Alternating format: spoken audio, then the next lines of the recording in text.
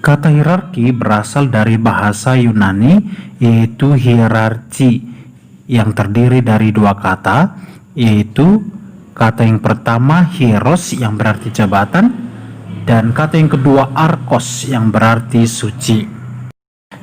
Maka pengertian hierarki adalah mereka yang mempunyai jabatan karena mendapat penyucian melalui tahbisan.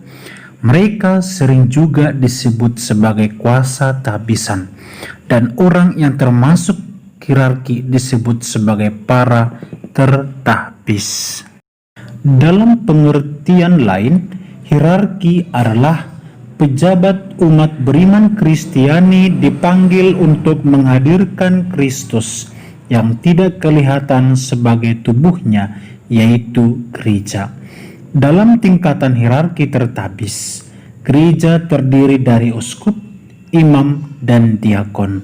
Terdapat dalam KHK 330-572.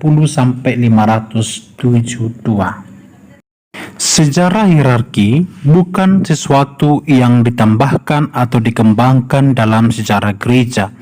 Menurut ajaran Konsili Vatikan II, struktur itu dikehendaki oleh Tuhan dan akhirnya berasal dari Kristus sendiri.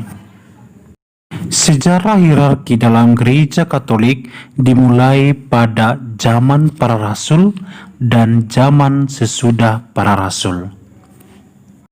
Sejarah hierarki gereja yang dimulai pada zaman para rasul, mereka ini disebut sebagai rasul. Rasul atau apostolos berarti utusan. Akan tetapi, setelah kebangkitan Kristus, sebutan rasul tidak hanya untuk kelompok ke-12 rasul, melainkan juga utusan-utusan selain kelompok ke-12 rasul tersebut. Sejarah hierarki gereja pada zaman sesudah para rasul.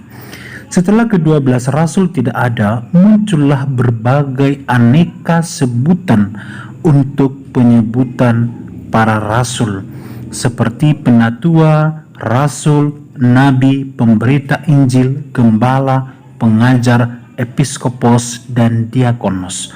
Dari sebutan itu ada banyak hal yang tidak jelas arti dan maksudnya, sehingga dalam perkembangan gereja ada struktur dari gereja yang ditetapkan oleh Santo Ignatius dari Antioquia yang mengenal sebutan hierarki gereja Katolik sebagai pertama, penilik atau episkopos, kedua, penatua atau presbiteros, dan yang ketiga, pelayan atau diakonos.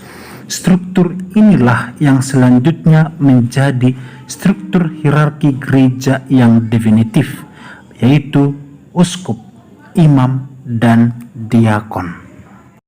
Dasar kepemimpinan hierarki dalam gereja.